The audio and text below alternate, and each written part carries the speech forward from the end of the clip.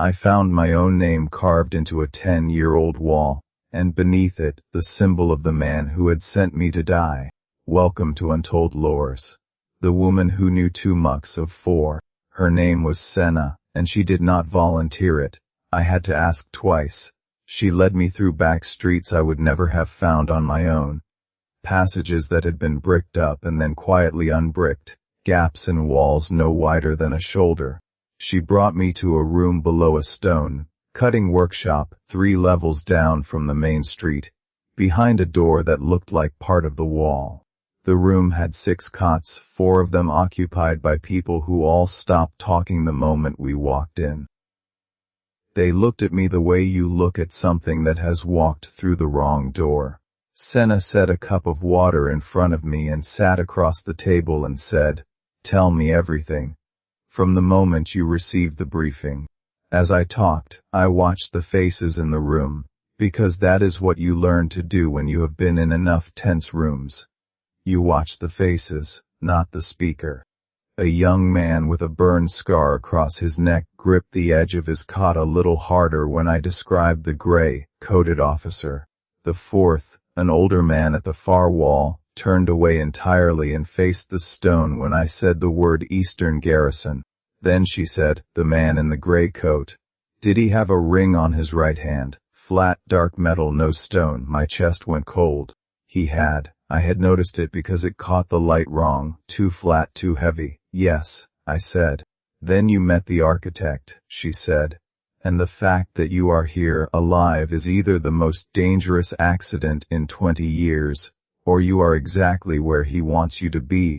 She told me the architect was the man responsible for designing the false exit network, a web of tunnels dug over the last 15 years that connected the surface armies to specific points inside the Undercity, all hidden from the Undercity's own council. The tunnels were not for invasion, she said. They were for access, controlled, secret access. For what purpose, she did not say. And the way she stopped herself told me she was choosing that silence very deliberately.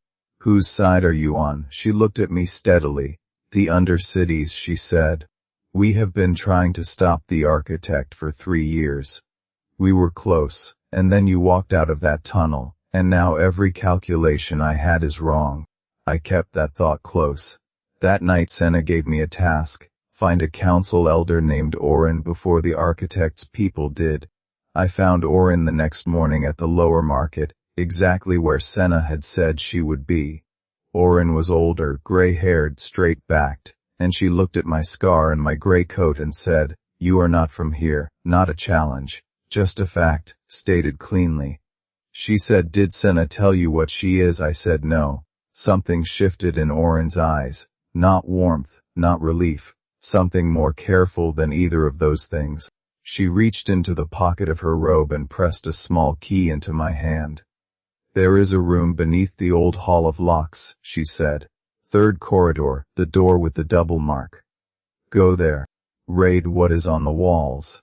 Then ask yourself why the woman who brought you here has never once mentioned the name Vale." I went to the room. The walls were covered in carvings, not decoration but records, scratched in by hand over what looked like decades. I found Senna's name in 11 places, and every time it appeared, it was beside the symbol of the gray coat, not as an enemy of the gray coat beside it. I left the room at a run, because there was one more thing carved into the bottom of the last panel, and it stopped me so completely I nearly forgot to breathe. My name, Calder, scratched into stone that had been there for at least 10 years. My name was on those walls, carved 10 years before I was ever a soldier, and when I ran back to Senna's room to demand answers, the door was open, and inside, the gray-coated man was already there, sitting at her table, waiting for me. That's it for part 2. Follow Untold Lores for part 3. Like and subscribe for daily stories.